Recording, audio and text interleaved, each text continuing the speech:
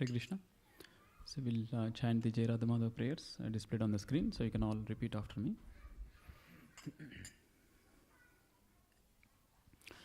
Jayo Radha Madhava Kunja Vihari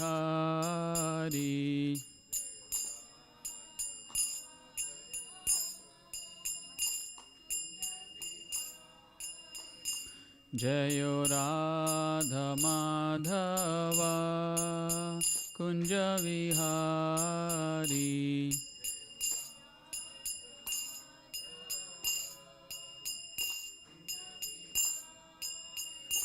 Jaya Gopi Jana Vallabha Girivaradhari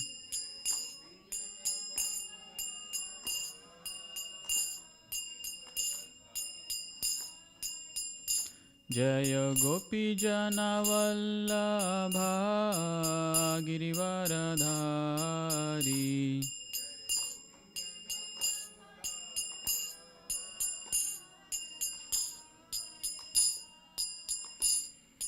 Yashodanandana Vrajajana Ranjana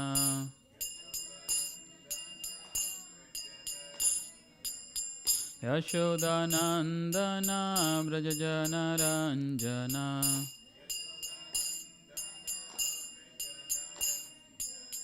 Yamuna Tira Vanachari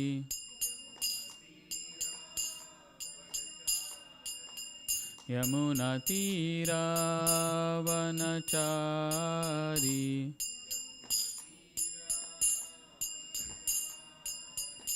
Jayo Radha Madhava Kunja Vihari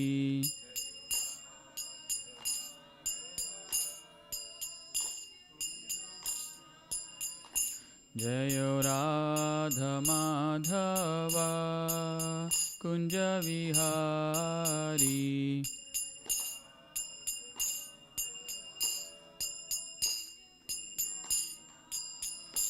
Jaya Gopi Jana Vallabha Girivaradhari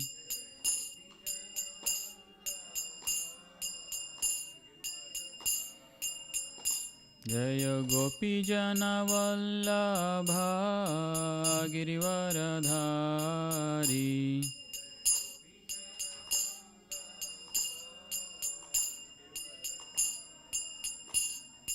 Yashodanandana Vrajajana Ranjana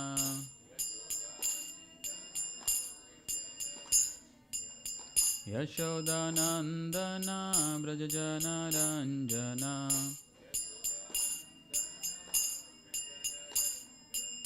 Yamuna Tira Vanachari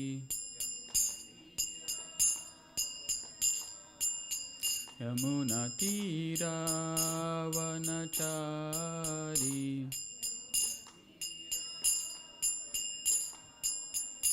Jayo Radha Madhava Kunja Vihari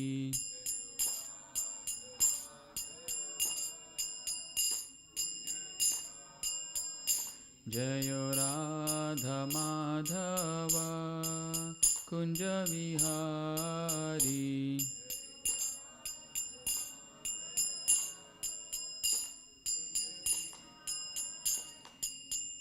Hare Krishna Krishna Krishna Hare Hare Hare Rama Rama Rama Hare Hare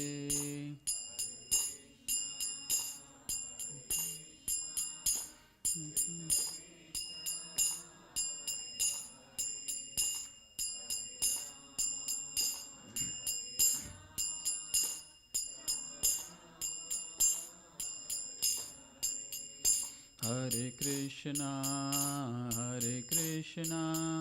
Krishna Krishna Hare Hare Hare Rama Rama Rama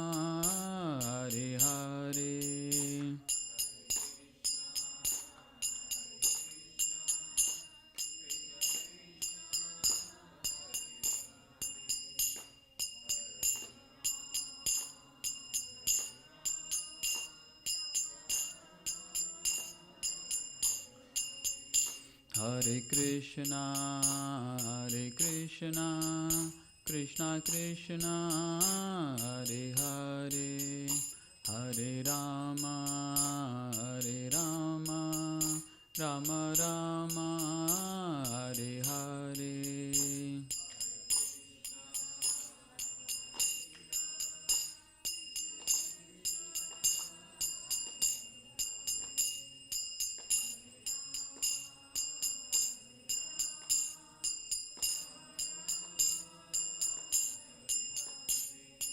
Jayo Krishna Balaram, Jayo Krishna Balaram, Krishna Balaram, Jayo Krishna Balaram.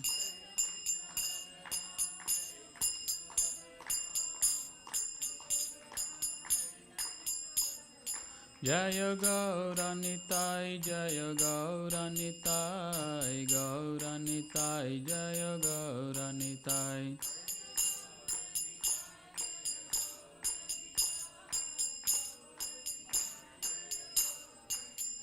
Jayo Srinivas Govinda, Jayo Srinivas Govinda, Jayo Srinivas Govinda, Jayo Srinivas Govinda.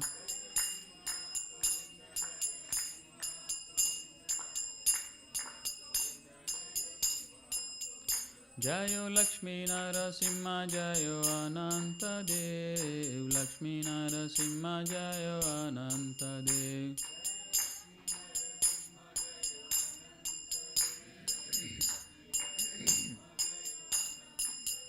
Jayo Jayo Prabhupada, Prabhupada, Prabhupada, Jayo Jayo Prabhupada.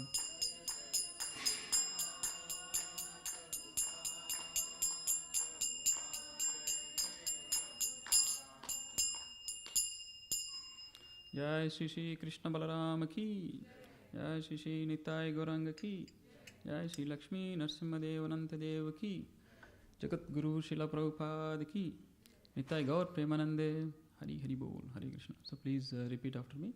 Om Namo Bhagavate Vasudevaya. Om Namo Bhagavate Vasudevaya. Om Namo Bhagavate Vasudevaya. So today we'll be reading from this fourth chapter of Bhagavad Gita, text 6. So please repeat after me. Ajopi san avyayatma, Ajopi san avyayatma, Bhutanam Ishwaropi san, Bhutanam Ishwaropi san,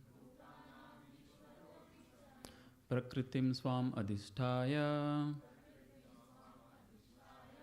Prakritim swam adhisthaya, Sambhavami atmamayaya,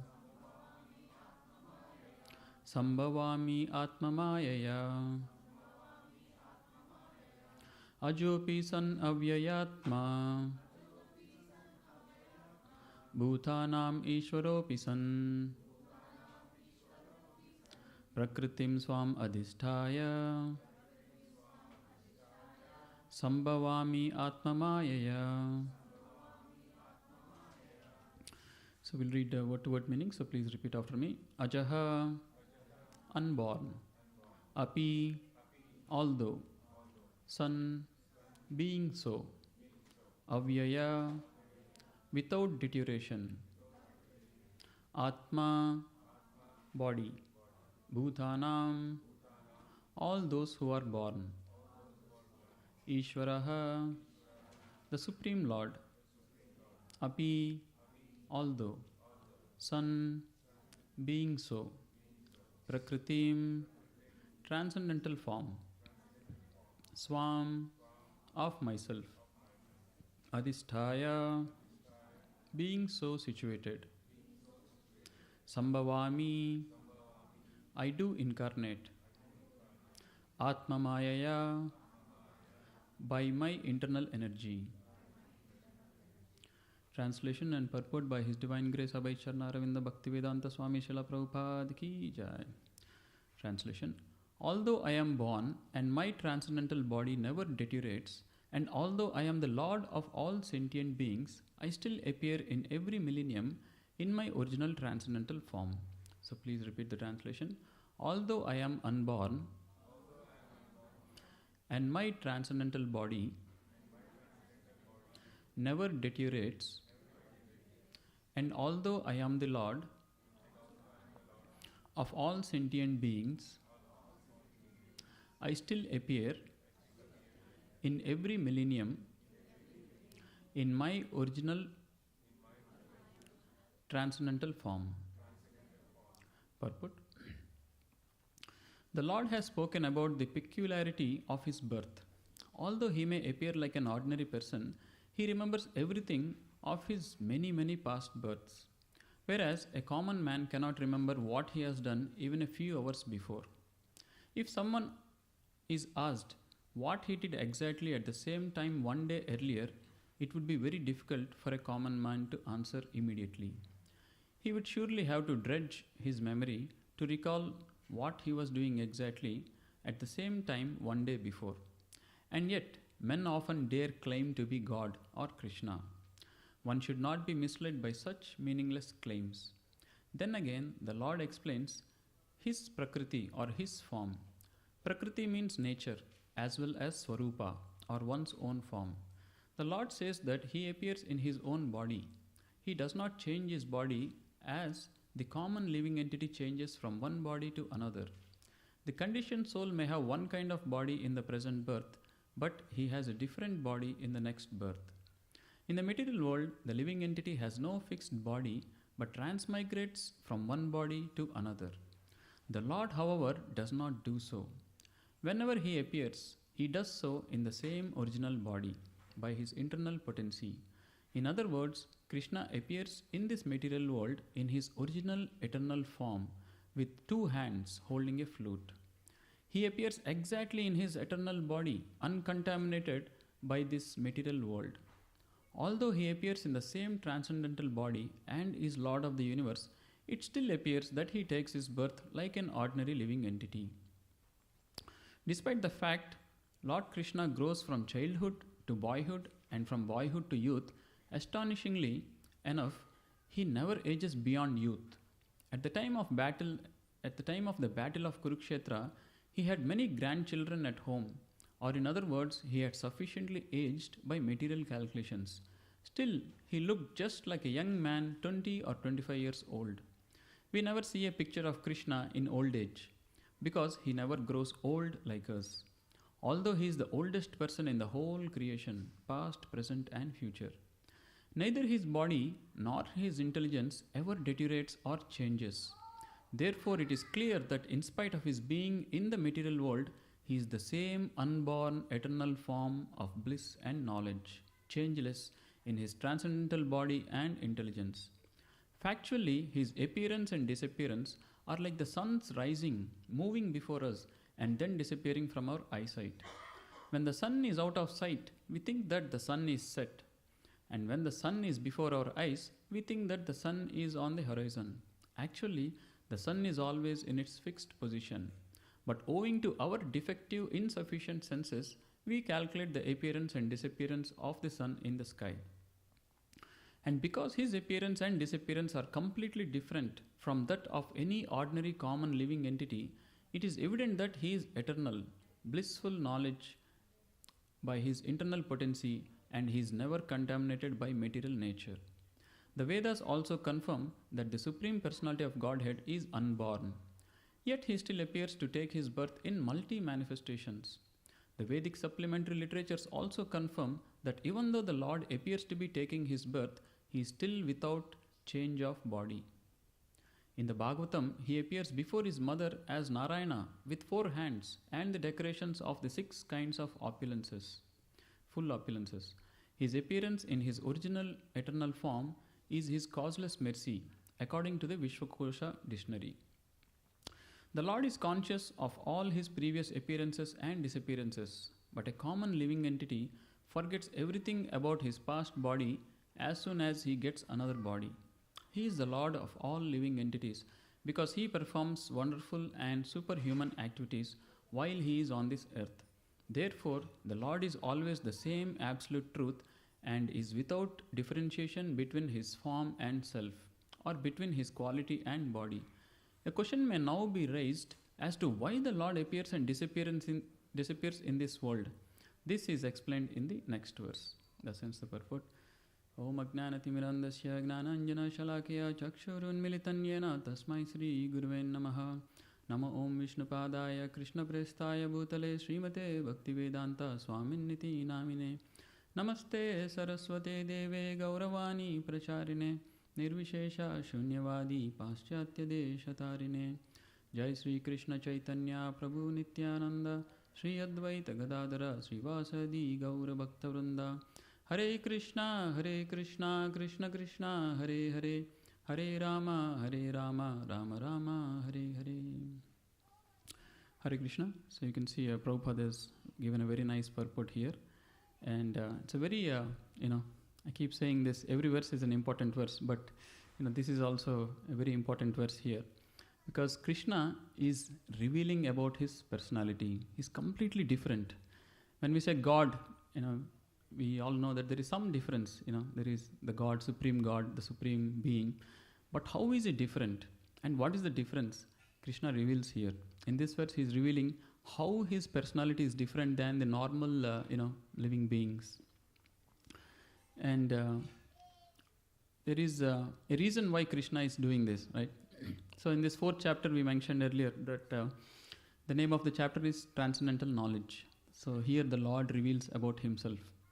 And before he starts explaining this knowledge to Arjuna, in the beginning of the chapter, Krishna, when he starts talking about this knowledge, he says, I have actually spoken about this to this science to sun god Vivashwan. He's saying, I spoke to the sun god. And then Vivashwan, in turn, he spoke to his son Manu. Then Manu spoke to his son Ikshvaku. And in this way, this knowledge was being given in the disciplic succession. But then he says, Sakalena Mahata Yoga Nasta Parantapaha. But as time goes, this knowledge was lost. Right? It happens. Unfortunately, that is the nature of our material existence. With time, everything is lost. Even information, knowledge is lost. And that is why Krishna says, that is why I have come again. That very ancient science of the relationship with the Supreme is today told by me to you because you are my devotee. So this was, mentioned earlier, previous week. So Krishna is saying that this knowledge has been lost.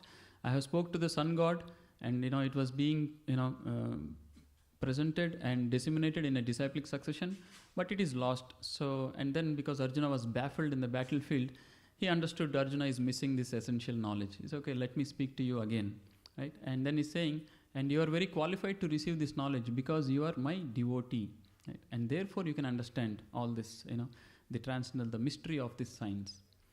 And now here is where Arjuna asks a question, right? So we all know Bhagavad Gita is a conversation between Arjuna and Krishna. Arjuna was lost, he was baffled, Krishna is trying to help him, and he speaks, some statements, and Arjuna asks questions, now and then between. And a very common question which we all might get, Arjuna asks.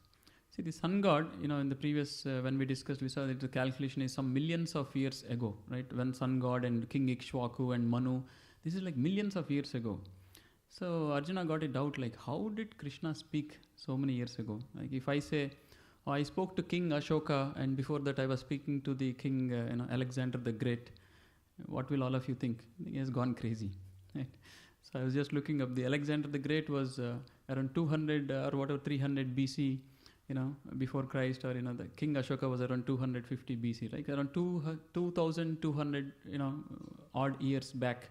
And if I say I've been speaking to them, like how is this even possible? What is he talking? So the exact same thing Arjuna asks. He says, the sun god Vivashwan is senior by birth to you. How am I to understand that in the beginning you instructed this science to him? Like how is it? He's senior by birth to you. He is like millions of years ago. And Arjuna knows, Krishna and Arjuna are relatives, right? They happen to be cousin brothers, almost similar age group. Like, what are you talking, Krishna? How are you saying you spoke to someone millions of years ago, right? This is a question that anybody will get. And then Krishna starts revealing. So this is where the transcendental knowledge starts. In the next verse, Krishna says, many, many births both you and I have passed. So now Krishna is saying, senior by birth, Arjuna is saying, no, he says, many, many births both have underwent, right? But I can remember all of them. So Krishna is saying the difference between you and me, that even though we both have taken many, many births, I can remember all of them, but you cannot, O subduer of the enemy. Now Arjuna would be even more puzzled. What is this? Both are taking many, many births, but you remember and I don't remember. What is this, right? And that is where this verse comes into picture, where Krishna is saying that Ajopi san avyayatma bhutanam ishvaropi san prakritim swamadistaya sambhavami atma mayaya. So even though both have taken birth, your birth and my birth are different, right? We are using the same word birth, but how is it different? So that's what Krishna is saying, that although I am unborn, actually I am unborn, Aja. And my transcendental body never deteriorates. Now he is differentiating that regarding the common man's body and my body. Krishna is saying that his body never deteriorates. It is avyaya. And although I am the Lord of all sentient beings, I am the Ishvara, Bhutanam Ishvaropi. I am actually the Lord of everybody. A common man, he can't say he is the Lord, he is the master of everybody, right? Ishvara means controller. Now one could say, no, I am also controlling. I am controlling my family or my team or a little bit my activities. But we have very limited control. We can't say, oh, I control everybody and everything. Right? Many people tried in the past. What happened? They themselves got annihilated, isn't it? Time took away all the so-called great people like Alexander we were talking about. He conquered like 3/4 of the world. But what happened one fine day? He got some disease.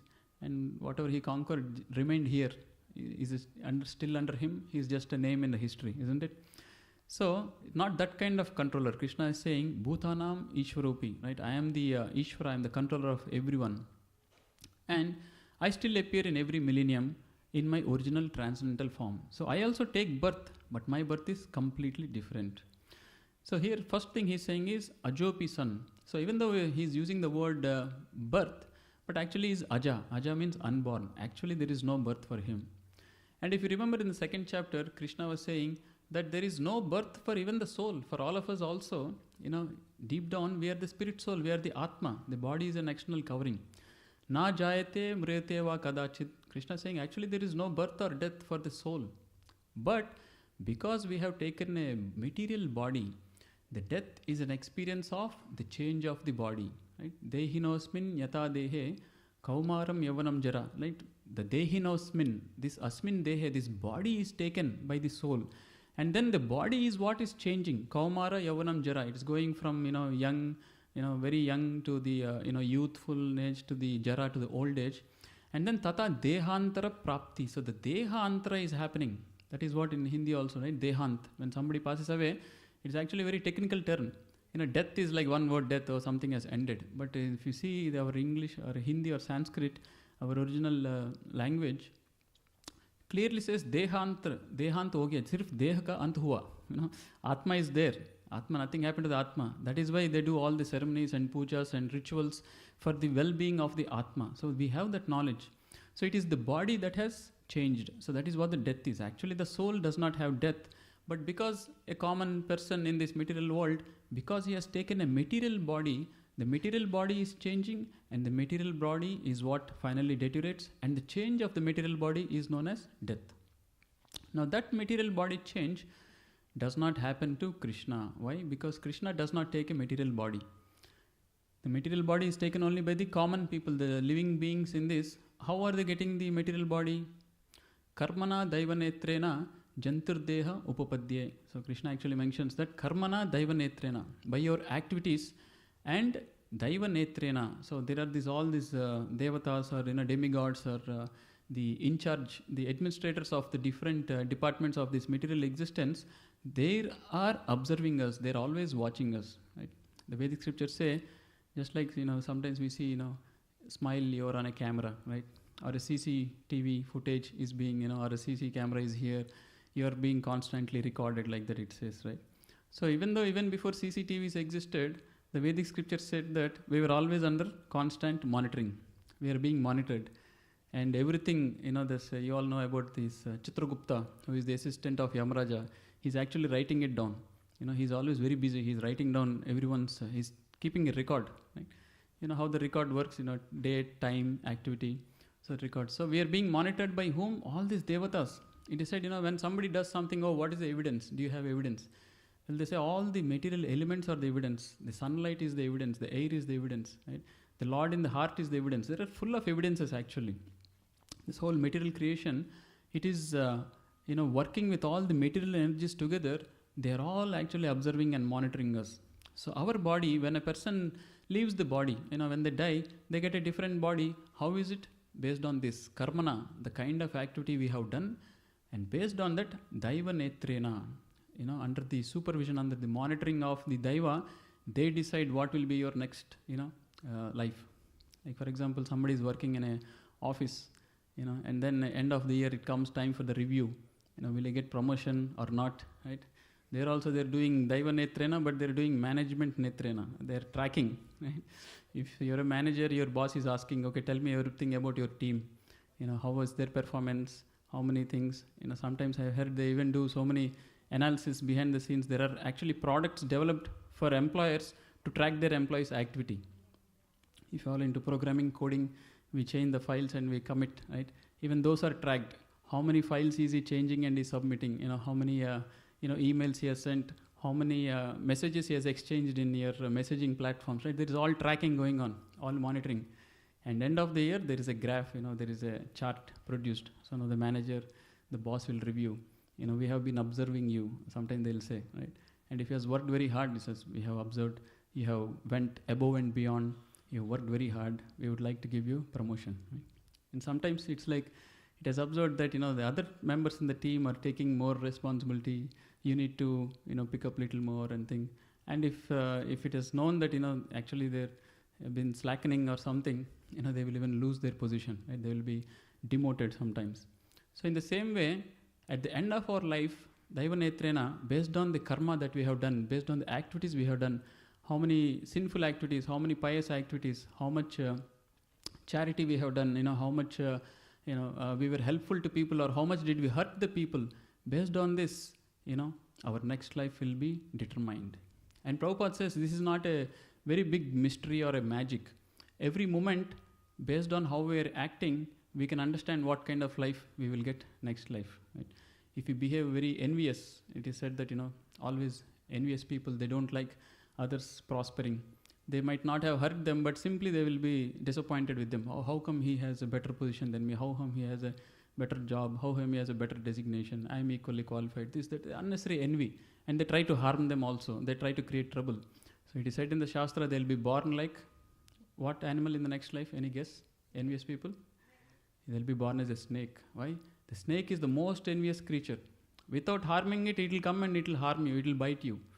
So that is why it is said, only the snake and the scorpion are the only two animals one can actually kill. No other animal we have right to kill actually. Even then, if snake is somewhere else, you don't go behind and go and kill it. If it has come around you and, to protect yourself, you have to kill it, right? So that is what happens. So based on the nature we are cultivating every moment.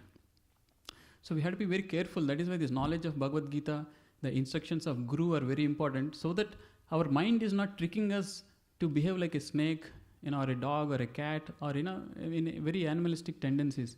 We have to, behave in a sattvic manner. We have to cultivate the mode of goodness. Urdhvam gachanti sattvasva. So cultivating sattva-guna is very important. Now, how do you cultivate sattva-guna? You have to know what are the sattvic activities.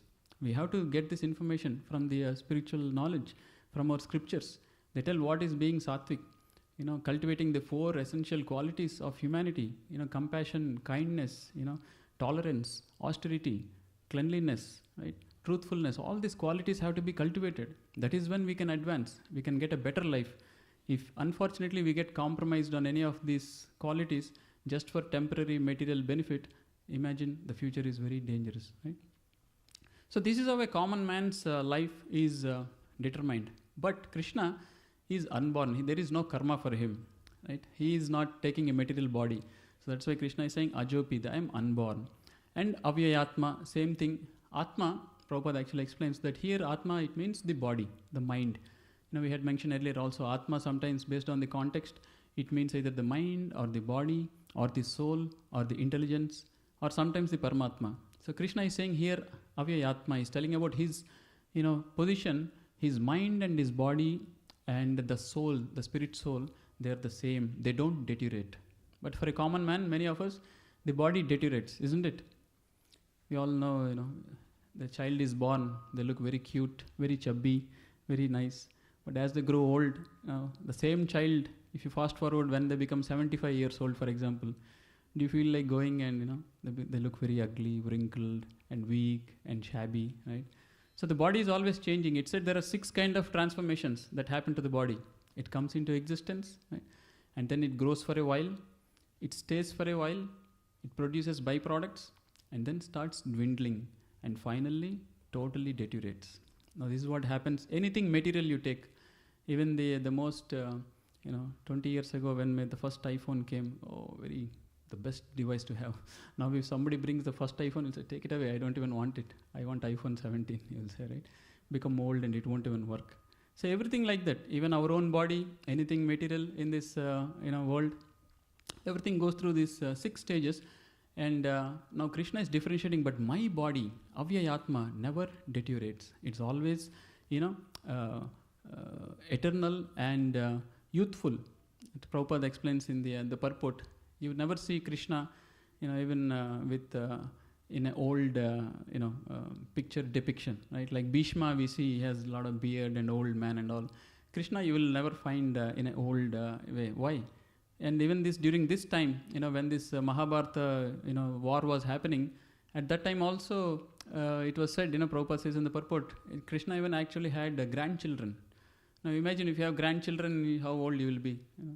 But Krishna was not at all looking old. And he says, very surprisingly, he never goes old beyond like around 20 or 25 years. That means Krishna is completely in control of his body. Can you determine, now let's say our birthday, 30th birthday, and some wrinkles coming, white hair is coming. From today, I want to remain at 30. I don't want to grow any more old. Can we do that? How much ever we try, you can't. 31, 32, you will start becoming old. You can't stop. But Krishna, apparently he was born, right? He was a very small boy. Vrindavan, we all know, nice pastimes he did. He grew up in Gokul, Vrindavan, came to Mathura, and then Dwarka, he became a king. And he was, maintaining the whole Dwarka Puri. But he never became old. That means he had complete control. That means his body, that is another evidence that his body is not like any of our body, which will just become old under, these material conditions. So Krishna was just playing a role.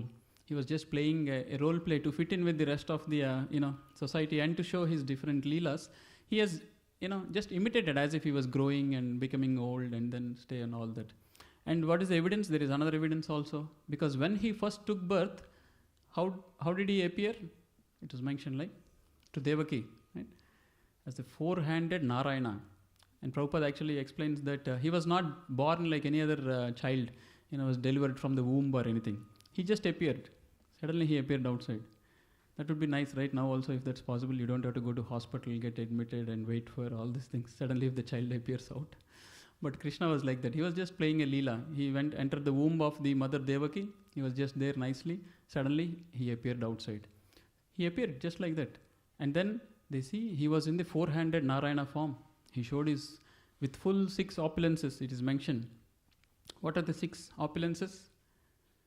Krishna has all strength, all wealth, all fame, all beauty, all knowledge, and complete renunciation. So all 6 opulences one could see. Krishna was the most beautiful Narayana form, obviously the strong. Krishna, different leelas, he proves all these 6 opulences. So he showed that 4-handed Narayana form. Now so many children are taking birth. Have you ever heard anything like this? Somebody showing 4-handed form. They will show maybe a 4-headed cry. They will cry very much. When children are born, they're packed up. Prabhupada says, they're packed up in the womb for 9 months. And 7th month, they will gain complete consciousness. And they're struggling. When can they get some kind of freedom? Prabhupada says, if they pack you up in a bag, how many minutes or hours can you be in a bag? Won't you get suffocated? You'll get so frustrated. You just want to come out. But imagine the child, what they go through. 2 months, they're completely inside. And sometimes they're kicking in the womb, right? The mother can feel, oh, see, I can see the kick here, there. And everyone thinks it's a great thing and they feel very happy. But they don't know the child is going through so much distress inside. Child wants to come out, but the body is not ready. It has the growth. It has to go through the full term for the child to be able to survive on its own, right? So in this way, there is this, existential challenges that we face. But Krishna didn't have to go through any of this. He is completely in the spiritual body. So, and then he says, the next thing he says, he talks about that he is Bhutanam Ishwaropisan. Right? We talked about the controller. Krishna is the supreme controller. Ishvara Parama Krishna Satchidananda Vigraha Anadiradir Govinda Sarva Karana Karanam. So in the Vedic scriptures, the definition is given that Krishna is the supreme Ishvara, the supreme controller. There is another, Krishna himself says, Aham Adrihi Devanam. So we just talked about Daiva Netrena, right? So many devatas are there. They are doing this administration. Then what is difference between Krishna and devatas? Is Krishna also, one of such powerful? Krishna makes it clear. No, Aham Adrihi Devanam. I am actually the origin of all the devas. Just like for us also the origin is Krishna. Krishna says, Mamai Vamsha. Jiva Loke, Jiva Bhuta, Sanatanaha. We are the Amsha of Krishna. We are all children of Krishna. We all have a very intimate relationship with Krishna. Why are we spending so much time, understanding about Krishna? Okay, somebody is unborn, his body is not material, this, that. So much he is the supreme controller. Why we should know about, if I suddenly say, oh, there is a richest man, let me tell 1 hour about him. That's okay, he is rich, let him be there. No, we all should know about Krishna. Why? Because we are his child. Every one of us are children of Krishna. We have forgotten. Krishna is clearly saying, Mamayu Amsha, my Amsha. Jiva Loke, Jiva Bhuta, Sanatanaha. They are eternal beings. But then why should we know about him?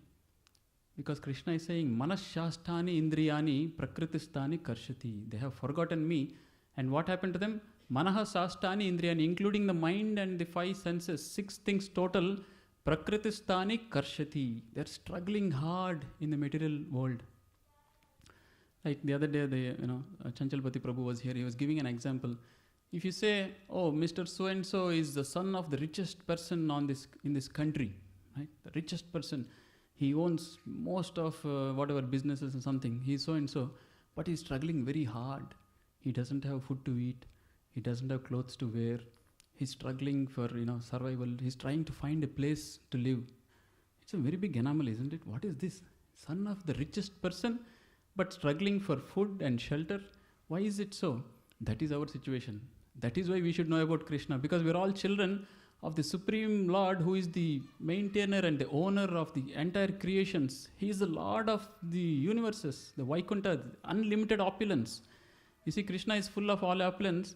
Just like a rich father does not keep all the richness for himself. He wants to share with the family, and all the family together enjoys all the riches, isn't it? Is it that a rich person is going to Hawaii, he will go in a first class, business class seat, and all the children, family members, he'll put in economy class? No, right? He has enough money. He will even buy a private jet. They'll all go together.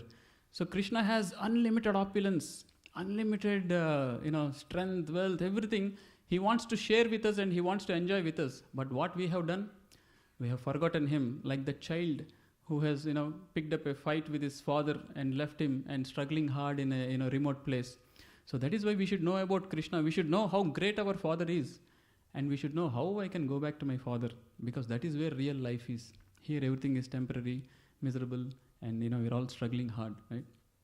So that is why Krishna is saying, I am the Bhutanam Ishwaropisan. I am the Supreme Lord, of the Ishwara of all the Bhutas. And then he says, Prakritim Swam Adhisthaya. Again he's saying that my nature, I have come, the Prakritim, the nature of Krishna is Swam, his internal energy. Right? Generally it is said Krishna has 2 energies, the internal energy and the external energy.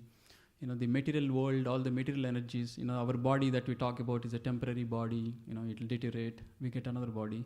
This all comes under external energy of Krishna.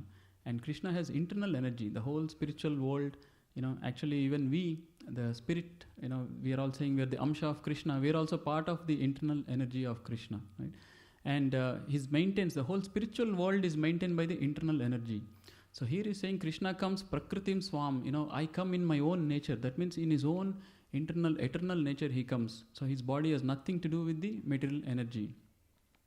And Sambhavami Atma Maya, I again appear on my own. So this, Prabhupada actually one thing in the purport, he says that Sambhavami Atma Maya, in the same form I appear.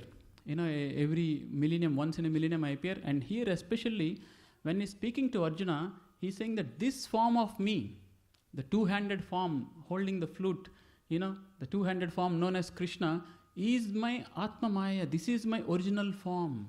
This is how I am. Krishna is very clearly saying, sometimes we say God, and we say God's incarnations. Now whose incarnation? Right? So the question, who is the actual God? Who is incarnation? Which is God?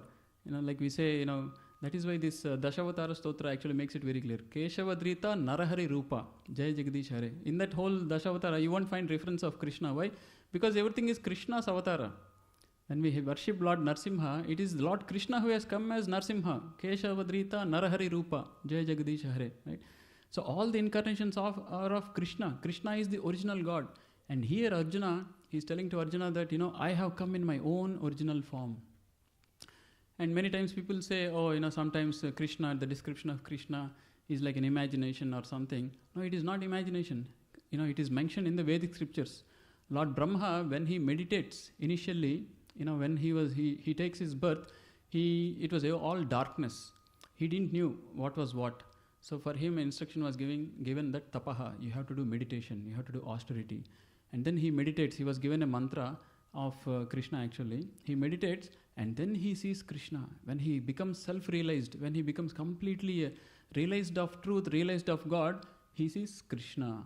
That is when he composes this Brahma Samhita. That is where he says, Ishwaraha Parama Krishna. The Supreme Lord is Krishna.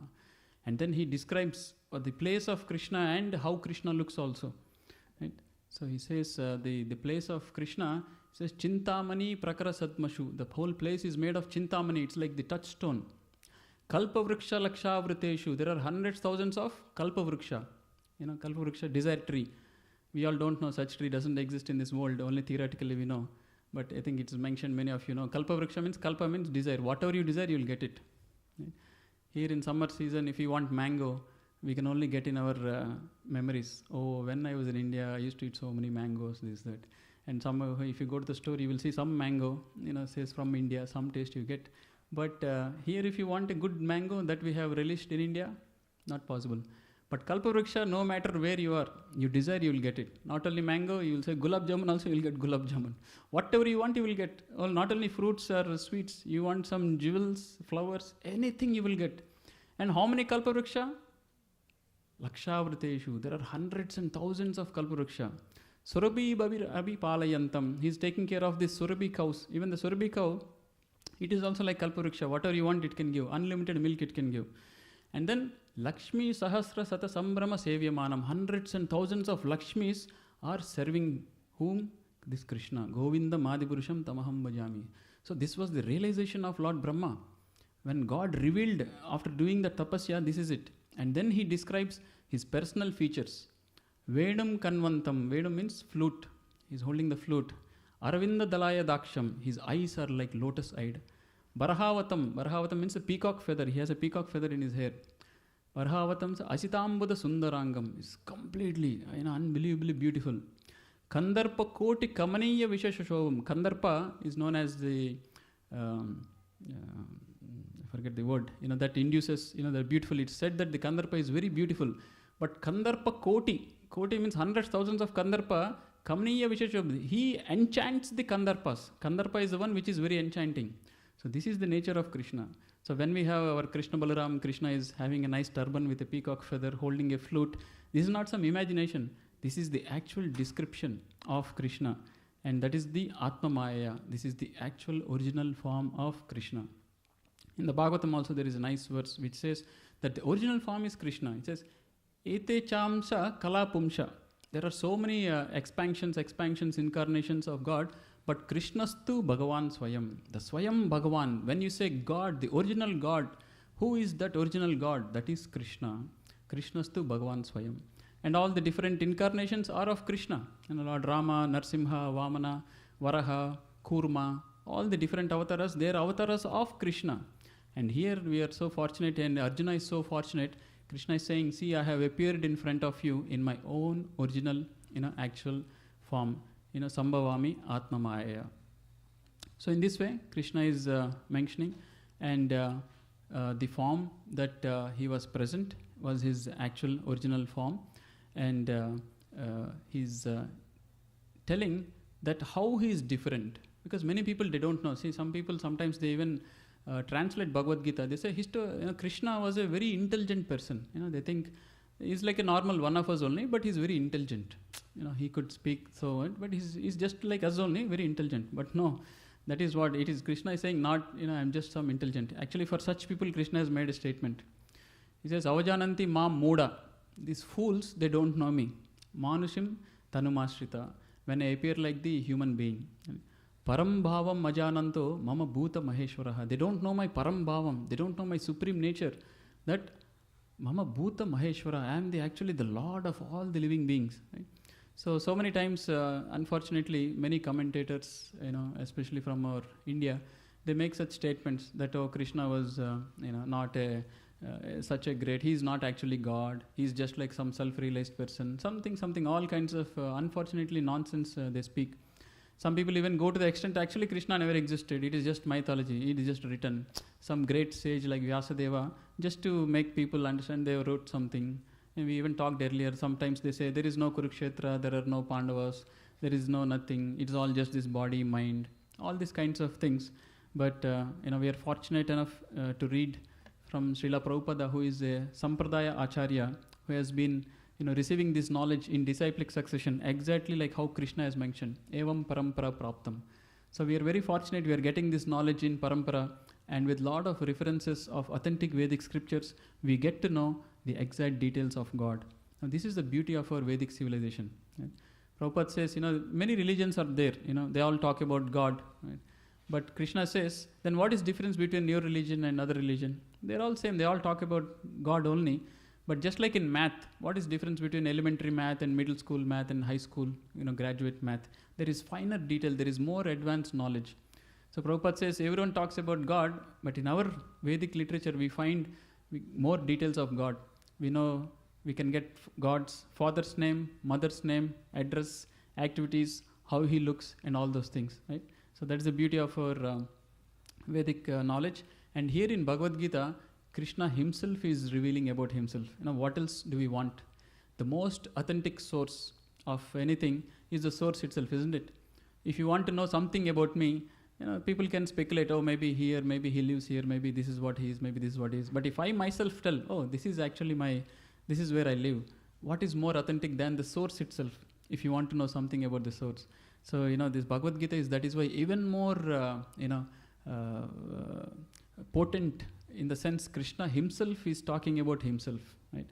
Actually, there is no difference. The self-realized devotee like Lord Brahma, what he has spoken, it's the same thing, but Krishna is personally speaking. So we should take advantage of this, and we should have this knowledge. It is very important to have this knowledge. Why? Actually, a few verses later, Krishna himself says that by knowing about this, Janma Karma Chave Divyam, right? These are all divine attributes of Krishna. What happens if you know about Krishna? We spent probably 40 minutes talking about Krishna. What happens when we know about Krishna? Krishna himself says, Janma Karma Chame Divyam, Evam Yo Vetti Tattvataha. If you understand this very nicely, Tyaktva Deham, after giving up this body, Punarjanma Naiti, there won't be Punarjanma, Mameti, he will come back to me. And that is the purpose of life. We all hear from childhood here, there, Dharma, Artha, Kama, Moksha. Ultimately, if you don't attain that moksha, that mukti, if you don't attain that liberation, if you don't go back to our original home, like that, the child of the rich person but struggling very hard, if he doesn't go back to his father, the next day he will have to struggle again. But that one day he realizes his mistake. He calls his father and says, I'm really sorry. I picked up a fight with you. I want to come back. I had enough of this. He says, okay, come. That will be his last day. But if he doesn't, again next day morning till evening he has to suffer. He has to suffer every day. So our life is like that one day of a fallen kid of a rich father. So in this life we have to awake and make that call. Krishna, I want to come back to you. I had enough of first grade, elementary, entrance exams, job interviews, promotion interviews, job anxiety. Now I don't know whether AI will keep my job or not. I am done with all these anxieties, Krishna. I want to come back to you. So that call we should make. And the day we make the call, that life will be our last life. Because Krishna is saying, I am not saying, Tyaktva deham. We anyway have to give up this body, isn't it? Can anybody say, I will live forever? No, we have to give up. But once you give up the body, what is my next destination? Is it another body, or do I go back to Krishna? Like that, rich son's child. That day night if I sleep, next day morning am I still struggling? Or can I just go back to my dad's home and sleep peacefully there and then just have a nice time, right? So we need to understand this, and when we know about this and we make that call to Krishna, Krishna, I want to come back to you. Guess what? Krishna is very loving, very kind. He's waiting for us to make that call. The moment we call, he's ready to take us back. And that call is what we are going to do now. So we're distributing the beads. And literally this chanting of Hare Krishna mantra is a call to the Lord to please, engage us in his service, and that I want to come back. Prabhu, can I get one set of beads? Yeah. So this chanting of Hare Krishna mantra is exactly that. It is not an optional thing. Oh, I'm not very interested. This is not my thing. No. Who is not interested to be freed from all kinds of miseries? Who wants to say, oh, I want to take birth again. I want to be packed up in a womb for 9 months. I want to struggle all life, day and night, and finally become very old, get all kinds of diseases, get admitted in a hospital, be in ICU for a very long time, and then die. Who will say that? Nobody. So that is why this call is important for all of us. We all individually should make that call. Right? Collectively, there is no group call here. Individually, we all should call individually. And that is what this Hare Krishna mantra, this chanting is all about. It is our individually, personally calling Lord Krishna and saying, Krishna, please engage me in your service. Krishna, please help me come back to you. Krishna, I want to come back to my original eternal home. I want to come and serve you instead of serving Maya. Right? So that's what we will do. So we'll all chant the Hare Krishna mantra now together. So please repeat after me. Before that, we will chant the Guru Pranam mantra. So if you go to the previous slide, there will be the Guru Pranam mantra also. So please, I think you should go next maybe. Starts with Namo Om Vishnu Padaya. Yeah, this one. So we'll all chant the Guru Pranam mantra, Panchatattva mantra, and then Hare Krishna mantra we'll chant together. Okay, so please repeat after me. Nama Om Vishnu Padaya Krishna Prestaya Bhutale Srimate Bhaktivedanta Swamin Iti Namine Namaste Saraswate Deve Gauravani Pracharine Nirvishesha Shunyavadi Paschatya Deshatarine Jai Sri Krishna Chaitanya Prabhu Nityananda Sri Advaita Gadadhara Sri Vasadi Gaura Bhakta Vrinda. So we'll all chant the Hare Krishna mantra together. So remember, this is a prayer and we should chant in a prayerful mood to get the attention of Krishna so that he can save us, so that we can be saved by him.